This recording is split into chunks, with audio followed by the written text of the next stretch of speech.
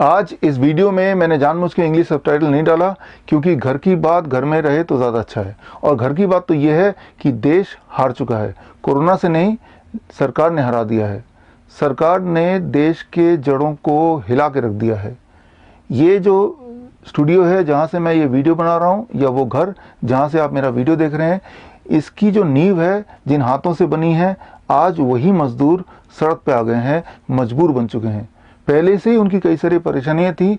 2 वक्त का खाना उनको मिलना मुश्किल था, अब तो 1 वक्त की रोटी भी नहीं है, प्यासे भी हैं, सड़क पे हैं। और ऐसे 13 करोड़ परिवार हैं दुनिया के सामने। दुख की बात तो है ही, शर्म की बात भी है, क्योंकि इसकी रिस्पॉन्सिबिलिटी कहीं ना कहीं आपकी और मेरी भी है। जो दिख रहा है वैसा है नहीं, लग रहा है ये तो नेचुरल कॉन्सिक्वेंस है। महामारी आई जिसमें किसी का कोई कंट्रोल नहीं है, एज ए रिजल्ट लॉकडाउन करना पड़ा, और लॉकडाउन के चलते साइड इफेक्ट की जो हालात हो गए वो अपने आप हो गए। जबकि सच्चाई इससे अलग है, और सच्चाई इतनी भयानक है कि सुनना आपके लिए थोड़ा मुश्किल है। आपको हिम्मत रखनी पड़ेगी, पेशेंस रखना पड़ेगा, फोकस रखना पड़ेगा, क्योंकि सच्चाई जानना आपके लिए ज़रूरी है। क्योंकि अब भी वक्त है, हम कुछ बदल सकते हैं, डैमेज कंट्रोल कर सकते हैं।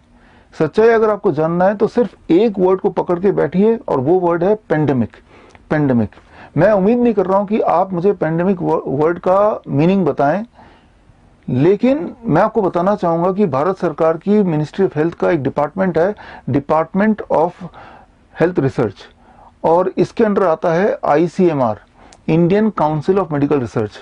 और इनको टोटल पैसा जो जाता है आपके और मेरे टैक्स के पैसे से, इस साल का जो बजट था वो था 1900 करोड़ रुपीस, 1900 करोड़ रुपए एक साल का बजट। और उनका काम सिर्फ एक है कि भारत के 140 करोड़ जनता के लिए, उनके हेल्थ के लिए, उनके वेलबींग के लिए पॉलिसी बनाना। आप सिर्फ इतना कीजिए कि उनसे पूछिए पेंडेमिक का डेफिनेशन क्या है, और भांडा यहीं फूट जाएगा। आगे समझाने से पहले अभी जरूरी है कि मैं कौन हूं, मैं थोड़ा अपना इंट्रोडक्शन दे दूं। मेरा नाम डॉक्टर विश्वरूप राय चौधरी है, और मुझे लगता है कि पूरे जीवन में मेरी सिर्फ एक ही उपलब्धि रही है, और वो है DIP डाइट। 2017 में मैंने आविष्कार किया था, या डिस्कवर किया था, एक डाइट जिसका नाम है DIP डाइट। और इस डाइट में ढेर सारे फल, खासतौर पे मीठे फल जैसे आम है, अंगूर है, पेशेंट को खिलाया जाता है। साथ में calculated amount of raw vegetable, और उसके साथ रोटी, सब्जी, दाल, चावल, ट्रेडिशनल फूड। अगर एक पर्टिकुलर ढंग से पेशेंट को दिया जाए तो वो डायबिटीज का पेशेंट विद इन 3 डेज उसका ब्लड शुगर इतना ड्रॉप होने लगता है कि उसकी मजबूरी होती है कि दवा वो छोड़ दे, या इंसुलिन पे है तो इंसुलिन को ड्रास्टिकली टेपर कर दे, अदरवाइज वो हाइपोग्लाइसेमिक में चला जाता है। 2017 में जब मैंने ये रिसर्च पेपर पब्लिश किया और मैंने इसके कुछ प्रेजेंटेशन दिए, तो वो पूरे दुनिया में लाखों लोगों ने इसको अपनाया और दवा मुक्त हो गए, इंसुलिन फ्री हो गए। चाहे वो डायबिटीज टाइप 1 थे, टाइप 2 थे, दे could reduce insulin drastically and many of them could free themselves of medication। और उसके बाद ये DIP डाइट का इंटरेस्ट बाकी कुछ जगह पे भी गया, और अभी हाल की बात है, US का जो नंबर 1 हॉस्पिटल है, मेयो क्लिनिक, पूरा वर्ल्ड फेमस, आपको तो पता ही है, 200 साल पुराना हॉस्पिटल, उनका पत्र आया कि वो DIP डाइट को अपने पैनक्रियाटिक कैंसर पेशेंट को पर ट्राई करना चाहते हैं। और भारत की बात करें तो भारत में all India institute of medical science का के तर्ज पे बना हुआ all India institute of Ayurveda, government of India का ही है, ये यहाँ पे भी ट्रायल चल रहा है DIP डाइट का स्पॉन्डिलाइटिस के पेशेंट के ऊपर। और ट्रायल में फेज 1 हो चुका है, जो कि सक्सेसफुल हो चुका है। फेज 2 अभी हो रहा था, लॉकडाउन हो गया। तो अब बात करते हैं कोरोना पेशेंट की। आप में से व्यूअर्स जो मुझे लगभग सुनते आए हैं, उनको पता है कि 2 महीने से अधिक हो गया है मैं भारत सरकार से कोरोना की पेशेंट मांग रहा हूं, ताकि वो 3 स्टेप फ्लू डाइट, जिससे डेंगू, चिकनगुनिया, H1N1 ठीक होते आए हैं, वही डाइट अगर कोरोना के पेशेंट को दिया जाए तो वो भी ठीक हो सकते हैं। लेकिन भारत की सरकार से मुझे पेशेंट तो नहीं मिले, लेकिन विदेश से मुझे 2 पेशेंट मिल गए हैं। उनके 14 दिन पूरे हो चुके हैं, और वो फ्लू डाइट पे थे, फॉलोड बाय DIP डाइट, और नतीजा ये है कि दोनों के दोनों अब ठीक हो गए हैं। भारत के ICMR के गाइडलाइन के अनुसार अगर कोई कोरोना पॉजिटिव पेशेंट, उनके सिम्टम 14 दिन के अंदर ठीक हो जाए, कोई सिम्टम ना रहे, तो सेकंड टेस्ट करने की आवश्यकता नहीं है। उन्हें मान सकते हैं कि ये फ्री हो चुके हैं कोरोना से और उन्हें रिहा कर सकते हैं और वो घर जाके 7 दिन आइसोलेशन पे रहेंगे और उसके बाद उन्हें कोरोना फ्री माना जा सकता है विदाउट द सेकंड टेस्ट। तो भारत के गाइडलाइन के अनुसार अब they are corona free patient just with the diet. लेकिन उस देश की बात करें तो 7 दिन बाद उनको एक बार और टेस्ट करना है, वो भी जो भी नतीजा होगा मैं आप तक पहुंचाता रहूंगा। अब बात करते हैं आज की।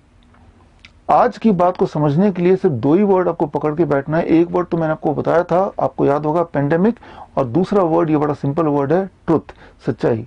आप मुझे बताइए सच्चाई का मायने क्या है। एक तो वो जो बार बार सुनाई दे, बार बार बताई जाए, बार बार दोहराई जाए किसी न किसी बहाने, क्या उसे आप सच मानेंगे या आप सच उसे मानेंगे जिसका कोई एविडेंस हो, जिसका सबूत हो, जो साबित किया जाए। मैं सिर्फ यही गुजारिश कर सकता हूं कि आज तक आपने जो भी कुछ सुना, जो भी कुछ आपको बताया गया, उस सब को एक बार को हटा दीजिए, एक बार को मिटा दीजिए। एक नए दिमाग से आप मेरे सामने आइए और आप उन्हीं बातों को मानिए जिसका कोई सबूत हो, जो साबित किया जा सके। तो बस इतना आप कर लेंगे तो आगे का जो सफर है वो आसान होने वाला है। सारा खेल समझाने के लिए मैं एक उदाहरण दूंगा, बड़ा ही सिंपल, ओलंपिक का। ओलंपिक हर 4 साल में होते हैं, आपको पता ही है। जब भी कभी ओलंपिक होते हैं तो उसमें मेडल्स मिलते हैं, गोल्ड मेडल मिलता है जो सबसे अव्वल आता है। हर ओलंपिक में जो number of gold medal distribute होते हैं वो कम से कम 290 गोल्ड मेडल या ज्यादा से ज्यादा 310। कितने सारे खेल है उसके अनुसार कम से कम 290 और ज्यादा से ज्यादा 310, इतने गोल्ड मेडल मिलते हैं टोटल। लेकिन वेरिएबल क्या होता है कि कौन से देश को ज्यादा गोल्ड मेडल मिलेगा। किसी ओलंपिक में यूएस नंबर 1 पे होता है, चाइना नंबर 2 पे होता है, रशिया नंबर 3 पे होता है, जापान नंबर 4 पे होता है, और किसी और ओलंपिक में ब्रिटेन नंबर 2 पे होता है, चाइना नंबर 1 पे होता है। इस तरह से उनके जो परमुटेशन कॉम्बिनेशन बदलते रहते हैं, लेकिन total number of medal distribution वो उतना ही रहता है, उसी ब्रैकेट में रहता है, वो नहीं बदलता है। किस कौन सा देश ज्यादा मेडल मार जाएगा, लूट जाएगा, वो वेरिएबल है, वो हम प्रिडिक्ट नहीं कर सकते। लेकिन ये प्रिडिक्ट कर सकते हैं कि टोटल नंबर ऑफ मेडल्स वो चेंज नहीं होने वाले, कम से कम 290, ज्यादा 310, एग्जाम्पल के तौर पे। ठीक उसी प्रकार पूरे दुनिया में हर साल जो टोटल नंबर ऑफ लोग मरते हैं इन्फ्लुएंजा लाइक इलनेस से, जिसे ILI बोलते हैं ब्रॉडली, एक ब्रॉड कैटेगरी है, इन्फ्लुएंजा लाइक इलनेस से जो पूरी दुनिया में मरते आए हैं, मिनिमम 2,90,000 एंड मैक्सिमम 6,50,000, इसी ब्रैकेट में होता है। ऑन एवरेज 5 लाख लोग मरते हैं हर साल, इस साल, पिछले साल, उससे पिछले साल, अगर आप आंकड़ा देखेंगे यही होगा।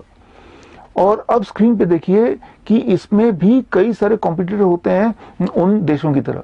उनमें से कई सारे ग्रुप्स हैं, उनमें से एक ग्रुप का नाम है influenza a kind of virus, दूसरा है कोरोना काइंड ऑफ वायरस, तीसरा राइनो वायरस, चौथा एडनो वायरस। ऐसे कई सारे तरह के वायरस हैं, ठीक उसी तरह से जैसे कई सारे देश हैं जो compete करते हैं उन मेडल्स के लिए। कौन सा देश कितना मेडल लूटेगा ये चेंज होता रहता है, टोटल मेडल फिक्स रहते हैं। ठीक उसी तरह से फिक्स्ड ये है कि टोटल लोग कितने लोग मरेंगे वो फिक्स्ड ब्रैकेट में ही है, ऑन एवरेज 5 लाख लोग मरेंगे हर साल। लेकिन कौन सा वाला वायरस ज्यादा लोगों को मारेगा कि एक पर्टिकुलर साल में, ये वेरिएबल है, दैट इज वेरिएबल, वो हर साल चेंज होता रहता है।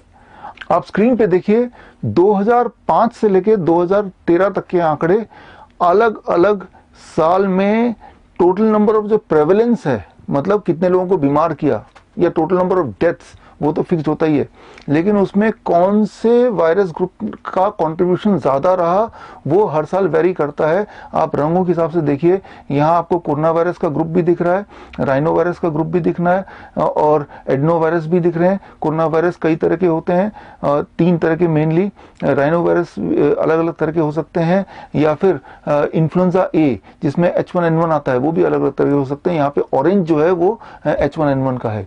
अब खास तौर पे इसमें ध्यान से देखिए 2009 वाले पीरियड में, 2009 वाले पीरियड में आप देखेंगे ऑरेंज जो है वो ज्यादा था इन कंपैरिजन टू किसी भी और साल।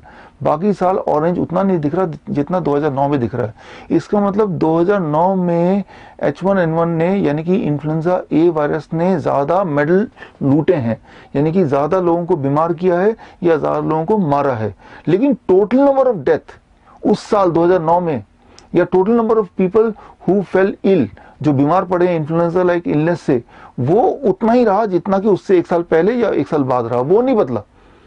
तो बोलने का मतलब ये है कि हर साल total number of death and total number of people are going to get ill because of influenza like illness, जिनमें ये सारे कैटेगरी आते हैं जो स्क्रीन पे आप देख रहे हैं, चाहे वो एडनो वायरस हो, चाहे वो कोरोना वायरसेस हो, चाहे वो इन्फ्लुएंजा वायरस हो, या चाहे वो कोई और कैटेगरी का वायरस हो जो इन्फ्लुएंजा लाइक इलनेस की कैटेगरी में आता है।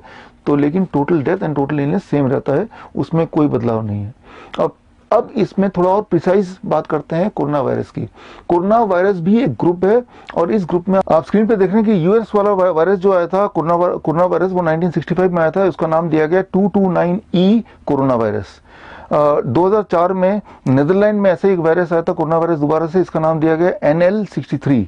2005 में हांगकांग में आया था कोरोना वायरस, उसका नाम दिया गया HKU1 कोरोना वायरस। और 2020 में, यानी कि अभी जो कोरोना वायरस आया, उसका नाम पहले तो दिया गया नोवल कोरोना वायरस, फिर नाम बदल कर रख दिया गया SARS-CoV-2। तो अब ये जो है, ये आपस में आप बोल सकते हैं ये भाई हैं, ये एक दूसरे के बिछड़े हुए भाई हैं जो अलग अलग टाइम पे आए। 1965 वाला जो वायरस आया था यूएस वाला कोरोना वायरस, या 2004 वाला, या 2005 वाला, या 2020 वाला, इन सब के फैलने की शक्ति, इन सब के मारने की शक्ति बिल्कुल सेम है, 19 या 20, कोई फर्क नहीं है। लेकिन यहाँ पे एक इंपॉर्टेंट बात, जब 1965 में कोरोना वायरस आया था नया नया, उस वक्त तब कोई लॉकडाउन हुआ था? नहीं हुआ था, हमें पता भी नहीं चला था। 2005 में जब आया तब कोई लॉकडाउन हुआ था? नहीं हुआ था, नहीं पता चला। क्या ज्यादा लोग मरे? बिल्कुल नहीं मरे। बल्कि असली बात तो ये है कि हम सब, इंक्लूडिंग मी, अपने जीवन काल में कई बार हमें फ्लू हुआ, उसमें 10% टाइम वो फ्लू का कॉन्ट्रीब्यूशन इन्हीं में से किसी एक भाई का रहा होगा, इन्हीं 3 भाइयों में से ऑन एवरेज। लेकिन उसके बावजूद भी हम आज जिंदा हैं। इसका मतलब कोरोना वायरस जाहिर सी बात है शक्तिशाली तो नहीं है। मैं इसको एक एग्जांपल से समझाता हूं। मान लीजिए बॉलीवुड की बात करते हैं। बॉलीवुड में धर्मेंद्र आए थे 1965 में, और उसके बाद 2004 में सनी देओल आए, 2005 में बॉबी देओल आए, और उसके बाद अभय देओल आए। तो जब ये आए तो इनके आने से टोटल नंबर ऑफ मूवी, जो फिल्में बनती हैं बॉलीवुड में हर साल, वो बढ़ नहीं गई, वो उतनी रह गई। लेकिन क्या है कि ये जब आते हैं तो ये बाकी मार्केट को में कंपटीशन पैदा करते हैं। कुछ इनके हिस्से में आता है तो वो किसी और के हिस्से से कम भी होता है, but total number of film that remains constant. Film घटेगा या बढ़ेगा वो इनके आने या नहीं आने से फर्क नहीं पड़ता है। इनके आने से जो लोग और कॉम्पिटिटर हैं उनको फर्क पड़ता है। हो सकता है आने वाले दिनों में कोई और देओल भी आएंगे तो वो भी कंपटीशन का हिस्सा बन जाएंगे, लेकिन टोटल अमाउंट ऑफ मूवी उसमें इंपैक्ट नहीं पड़ेगा, वो लगभग सेम ही रहेगा। ठीक इसी प्रकार से नंबर ऑफ कोरोना वायरस अगले साल भी, 5 साल बाद भी, 10 साल बाद भी नए नए और भी आएंगे। लेकिन क्या नहीं बदलने वाला, वो ये कि total number of death and total number of people who are getting infected with. उसका कारण बड़ा सिंपल है, वो समझ लीजिए कि ये सारे रेस्पिरेटरी वायरस हैं, यानी कि ये सारे वायरस का जो घर है वो कहीं यहाँ पे है, और यहाँ पे कॉम्पिटिशन है। फॉर एग्जाम्पल, अगर राइनो वायरस आपके यहाँ पे ऑलरेडी है तो कोरोना वायरस यहाँ नहीं रह सकता। इसका विपरीत, अगर कोरोना वायरस ऑलरेडी है तो राइनो वायरस नहीं रह सकता। राइनो वायरस नॉर्मली छोटे बच्चों में पाया जाता है, उनको जुकाम ज्यादा होता है। आपने गौर किया होगा कि कोरोना वायरस से छोटे बच्चों की डेथ या इलनेस ना के बराबर हुई पूरी दुनिया में। तो उससे यही साफ जाहिर है कि जो सारा कॉम्पिटिशन है वो यहाँ पे रहने का है, जो रेस्पिरेटरी ट्रैक है।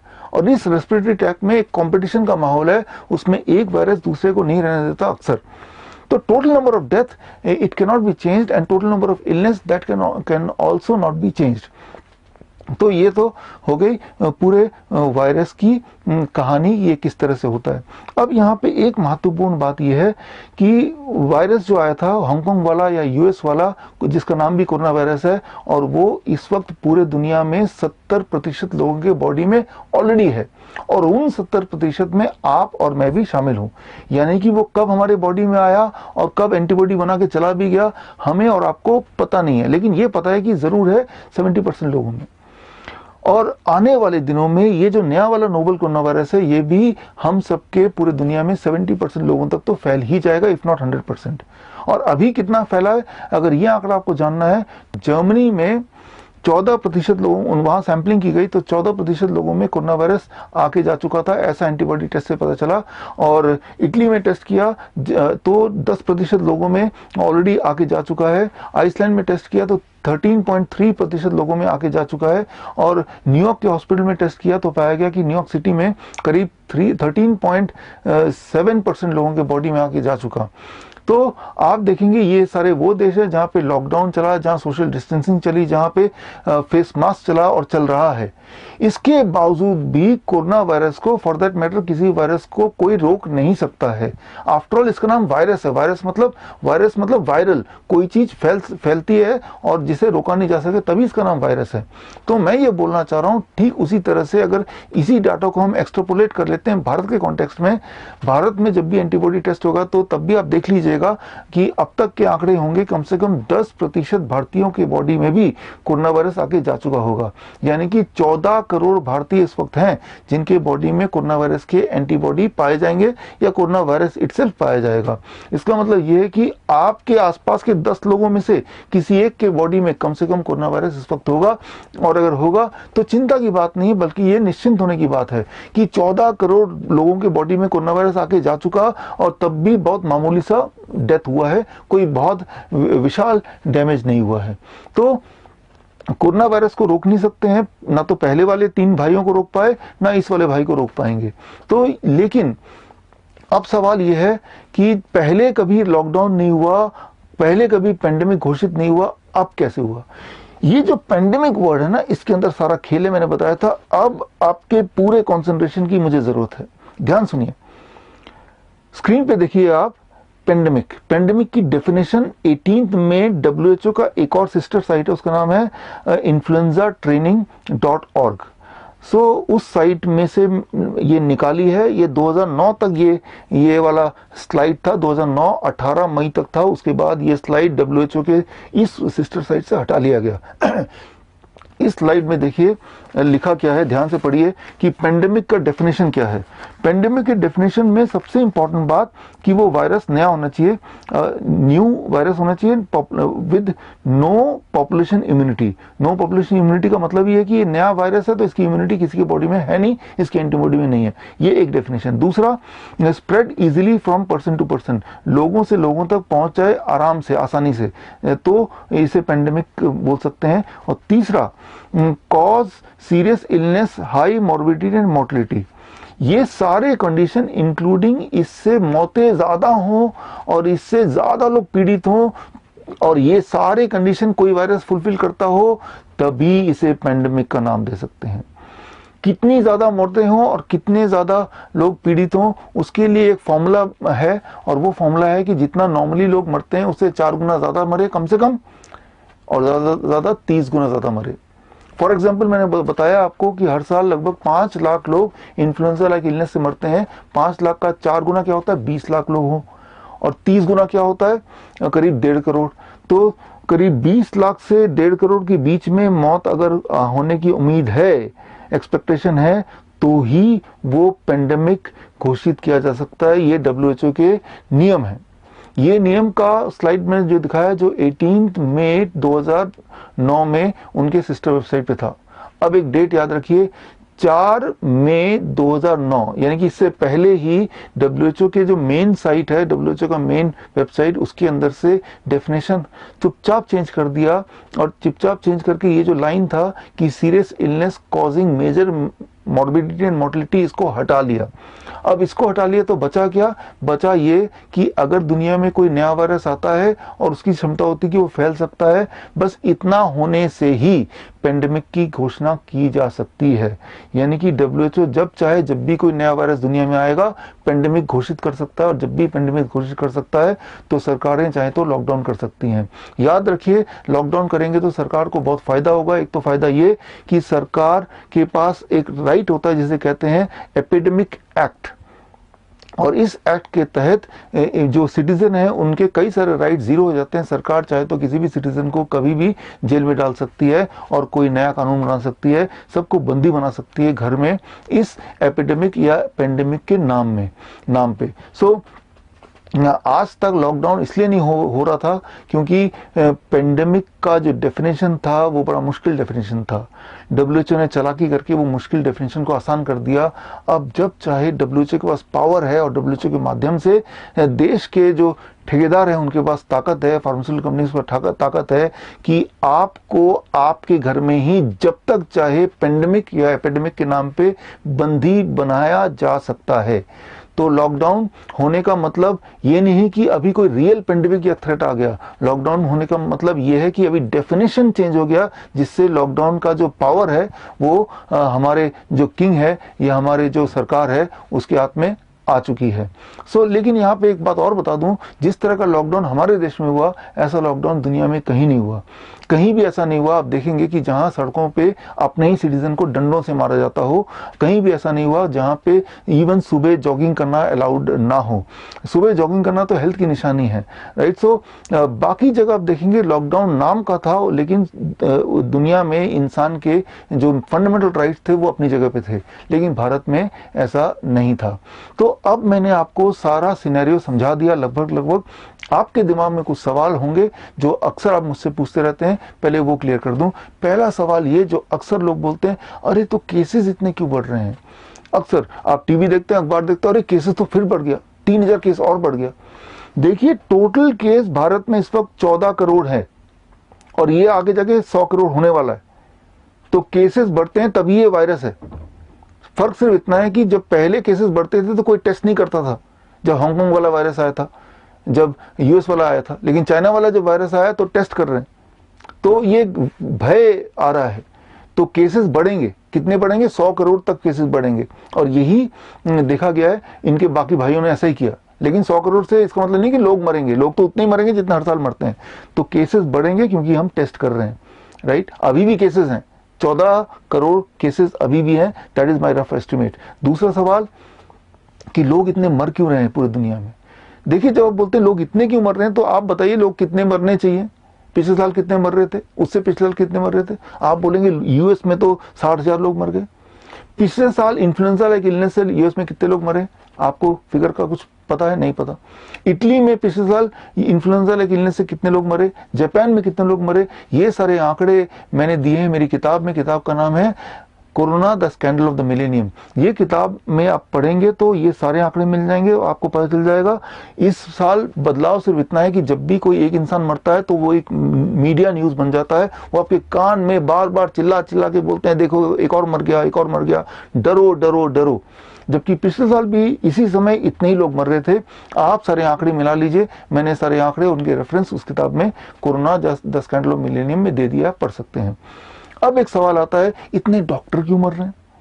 देखिए 14 करोड़ लोग जो पीड़ित हैं इस वक्त, जिनमें कोरोना वायरस आके जा चुका है, उनमें जाहिर सी बात है कुछ डॉक्टर्स भी होंगे, और वो भी तो इंसान है।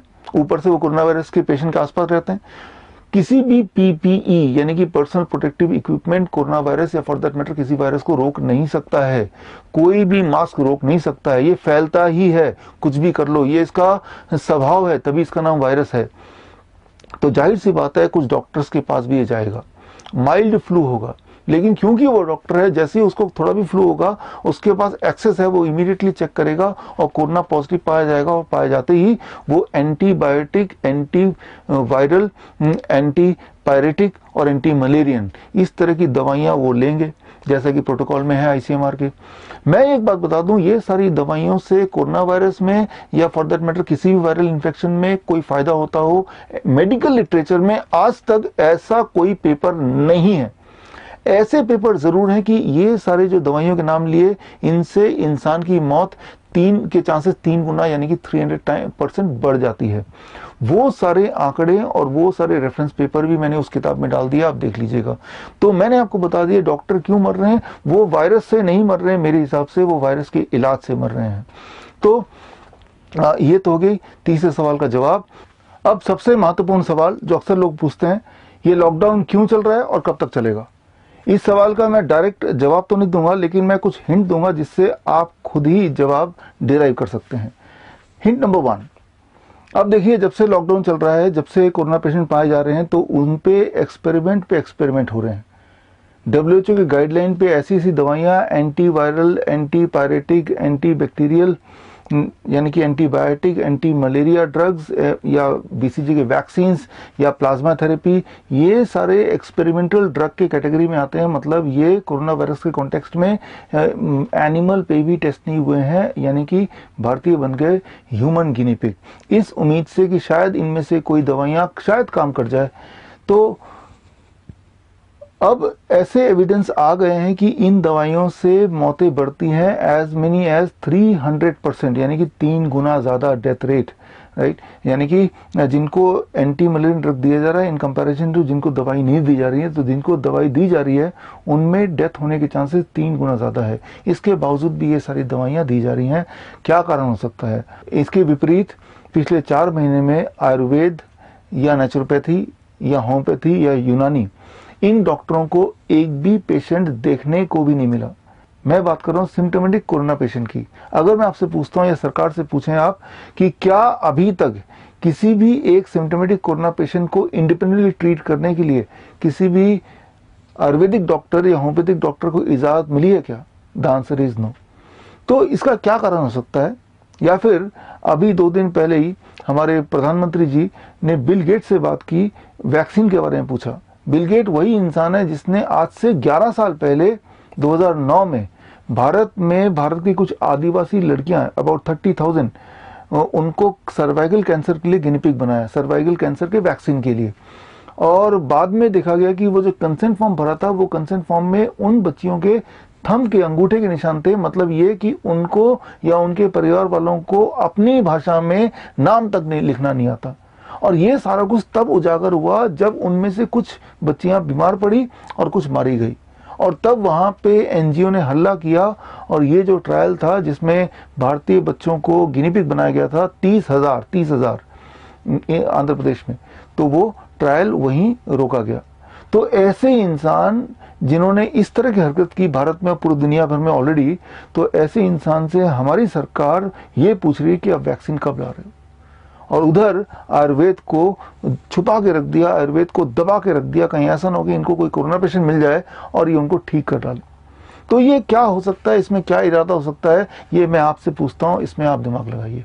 ये एक बात। दूसरी बात, मैंने आपको पहले ही बता दिया था कि WHO ने एक प्रिडिक्शन किया था कि कुछ भी कर लो 2 करोड़ लोग तो मारे ही जाएंगे। भारत के कॉन्टेक्स्ट में कुछ भी कर लो आप, कितना भी लॉकडाउन कर लो, फिर भी 23 लाख लोग तो मारे ही जाएंगे। ये WHO की प्रेडिक्शन थी। अब भारत में पिछले हफ्ते ICMR यानी कि Indian council of medical research ने, जो कि हेल्थ मिनिस्ट्री का पार्ट है, ने एक गजब किया, एक अजीबोगरीब हरकत की है कि उन्होंने नए नियम लागू कर दिए, डेथ सर्टिफिकेट को लिखने के नए रूल्स।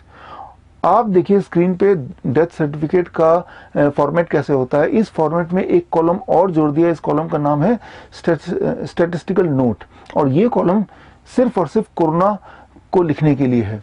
तो मतलब ये कि अब हेल्थ मिनिस्ट्री ये चाहती है कि डॉक्टर डेथ सर्टिफिकेट में कोरोना वायरस से मौत हुआ है ये लिखें। आप खुद ही पढ़ लीजिए, ICMR की वेबसाइट से मैंने ये पेज लिया है और उसमें लिखा है कि कब कब कोरोना से डेथ हुआ है या कोविड से मरे हैं, ये कब कब लिखना है। नंबर 1 कि अगर पेशेंट मरने से पहले कोरोना पॉजिटिव हो, चाहे सिम्टम हो या ना हो, तो लिखना है मेन कॉज है, अंडरलाइनिंग कॉज है कोरोना डेथ। दूसरा, अगर सिम्टम है और नहीं है, पॉजिटिव है तो कोरोना डेथ तो लिखना ही है। अगर नेगेटिव है, अगर PCR टेस्ट नेगेटिव भी है लेकिन सिम्टम है, तो भी आपको कोरोना डेथ लिखना है। मतलब किसी भी इंसान के बॉडी में कोरोना वायरस नहीं है लेकिन कोरोना वायरस के सिर्फ सिम्टम है, तब भी वो कोरोना डेथ माना जाएगा। तीसरा, अगर उस पर कोरोना टेस्ट होता ही नहीं है लेकिन उसके सिम्टम कोरोना वायरस की तरह हैं, तो भी वो डेथ कोरोना वायरस के खाते में ही जाएगा। बोलने का मतलब है कोरोना वायरस का जो नतीजा है, कोरोना वायरस PCR टेस्ट का जो नतीजा है, चाहे वो पॉजिटिव आए, नेगेटिव आए, ना आए, टेस्ट करे ना करे, अगर सिम्टम है तो पक्का ही डेथ कैटेगरी हो जाएगा कि ये कोरोना वायरस की वजह से मरा है। अब इसमें एक इंपॉर्टेंट बात यह है कि कोरोना वायरस से डेथ के सिम्टम क्या होते हैं, ये उनके अपने वेबसाइट में ही, आईसीएमआर के वेबसाइट से मैंने निकाला। देखिए स्क्रीन पे लिखा है कि सिम्टम है निमोनिया के सिम्टम अगर हो तो वो कोरोना वायरस डेथ माना जाएगा। देखिए हर साल भारत में 1.5 लाख लोग निमोनिया से मरते हैं। इस साल भी ऑन एवरेज अगर 1.5 लाख लोग मरे तो इस साल वो 1.5 लाख जो है वो कोरोना वायरस डेथ माना जाएगा रादर देन निमोनिया डेथ। पहली बात। दूसरा, कोरोना वायरस के सिम्टम के अंतर्गत डाला हुआ है, आप पढ़िए स्क्रीन पे, acute respiratory distress syndrome, ARDS। Simple term में, सिंपल भाषा में बात करें तो ब्रेथलेसनेस, कि किसी को भी, किसी पेशेंट को अगर ये पाएगा कि मरने से पहले सांसों में तकलीफ है तो वो भी कोरोना वायरस के खाते में आ जाएगा। आप बताइए कि दुनिया में कौन सा ऐसा पेशेंट है जो मरने से पहले उनको सांसों की तकलीफ नहीं हुई हो। अब अगला है कार्डिक इंजरी। कार्डिक इंजरी, जब भी कभी कोई पेशेंट मरता है तो दो ही चीज होती है, एक तो उसकी सांसें बंद हो जाती है, दूसरा उसका हार्ट बंद हो जाता है। और हार्ट जब बंद होता है तो जाहिर सी बात है हार्ट में काफी सारा प्रेशर पड़ता होगा और फाइनली हार्ट चलने की स्थिति में नहीं होगा, तभी बंद होता है। तो बोलने का मतलब यह है कि इस स्थिति में जितने भी लोग मरेंगे हार्ट तो बंद होगा ही। और कार्डिक इंजरी, दुनिया में ऐसा कौन सा डॉक्टर है जो शक्ल देख के या बॉडी देख के बता दे कि बॉडी के अंदर कार्डिक इंजरी है या नहीं है। तो कुल मिला के डॉक्टर लिख देगा कि हाँ हार्ट बंद हुआ तो कार्डिक इंजरी होगा, यानी कि ये भी कोरोना वायरस के खाते में आ जाएगा। या फिर आप देखिए आगे लिखा हुआ है डिसेमिनेटेड इंट्रावेस्कुलर कोआगुलेशन। बोलने का मतलब है सिंपल भाषा में ब्लड क्लॉट। ब्लड क्लॉट का मतलब यह है कि मौत के बाद या मौत के वक्त अगर ब्लड बॉडी में ब्लड क्लॉट हो गया तो भी वो कोरोना वायरस के खाते में ही जाएगा। अब देखिए अधिकतर कैंसर पेशेंट जब मरते हैं स्पेशली कीमोथेरेपी के बाद तो उनके ब्लड में बहुत सारे क्लॉटिंग आ जाती है, बॉडी में बहुत सारी क्लॉटिंग आ जाती है जिसके कारण उनकी डेथ हो जाती है। यानी कि अब से कैंसर से कोई डेथ होगा तो भी वो कोरोना वायरस के खाते में आ जाएगा। तो कुल मिला के भारत का सपोर्ट WHO को है ताकि अंत तक WHO ये साबित कर ले कि WHO की जो प्रिडिक्शन थी कि कम से कम पूरे दुनिया में 2 करोड़ लोग मारे जाएंगे, मैं यहां बता दूं कि भारत में ऑन एवरेज हर साल 1 करोड़ लोग मारे जाते हैं। अब इस साल भी हो सकता है कि 1 करोड़ लोग अलग अलग कॉज से मरें, लेकिन उनमें से अधिकतर लोगों के डेथ सर्टिफिकेट में कोरोना वायरस लिखा रहेगा। तो यानी कि WHO का जो प्रिडिक्शन था कि कम से कम 2 करोड़ लोग तो मारे जाएंगे ही, उसमें से आधा प्रिडिक्शन तो इंडिया के सपोर्ट से ही ठीक हो गया, यानी कि प्रिडिक्शन ऑलमोस्ट मैच हो गया। तो यहां इरादा क्या हो सकता है इस अजीबोगरीब हरकत का, ये मैं नहीं बताऊंगा, ये आप सोचिए, आप मुझे बताइए। अब एक इंपॉर्टेंट बात, आज जो भी देश की परिस्थिति है या सरकार का रवैया है, ऐसे में आज अगर सुभाष चंद्र बोस जी जिंदा होते या भगत सिंह जी जिंदा होते या सरदार वल्लभ भाई पटेल जी जिंदा होते या फिर आज लाल बहादुर शास्त्री जी होते या राजीव दीक्षित जी होते, तो क्या ये सब होने देते? क्या वो हाथ पे हाथ रख के बैठे रहते? हम उनकी तरह महान नहीं हैं, लेकिन मैं सिर्फ आपको यही रिक्वेस्ट करना चाहूंगा कि आप सरकार के बताए हुए वो 20 लाख करोड़ के इंतजार में मत रहिए। वो तो गरीबों को मिल ही जाएगा जब मिलना होगा। जिस प्रकार वो 15 लाख रुपए सबके खाते में आ गए, ये भी आ जाएगा। फिलहाल मेरे पास पैकेज है आपके लिए 20 रुपए का पैकेज। 20 रुपए का पैकेज कुछ ऐसा है दिखने में, और इसके अंदर 20 रुपए के पैकेज में है ये 4 केले और 4 टमाटर, यानी कि ये 4 केले और 4 टमाटर लगभग 20 रुपए में तो आ ही जाएंगे। और इनमें उतना न्यूट्रिशन है जितना न्यूट्रिशन कम से कम एक एवरेज इंडिविजुअल को जरूरत होती है पूरे दिन भर में। तो अगर आपको यकीन ना आए तो ये 4 केले और 4 टमाटर खा के आप 3 दिन रहिए, कम से कम 3 दिन, और तीसरे दिन अपना ब्लड शुगर चेक कीजिए, ब्लड प्रेशर चेक कीजिए, ब्लड कोलेस्ट्रॉल चेक कीजिए, अपना बॉडी वेट चेक कीजिए। ये सारी चीजें नीचे की तरफ दिखेंगी आपको। ऑन द कॉन्ट्ररी अपनी एनर्जी लेवल चेक कीजिए, आपका पेन कितना चेक कीजिए, ये सारा कुछ पॉजिटिव दिखेगा, यानी कि पेन घट जाएगा, एनर्जी लेवल बढ़ जाएगी, एंथुसियाज्म बढ़ जाएगी, फुर्ती बढ़ जाएगी। तो ये कमाल है इस 20 रुपए के पैकेज का।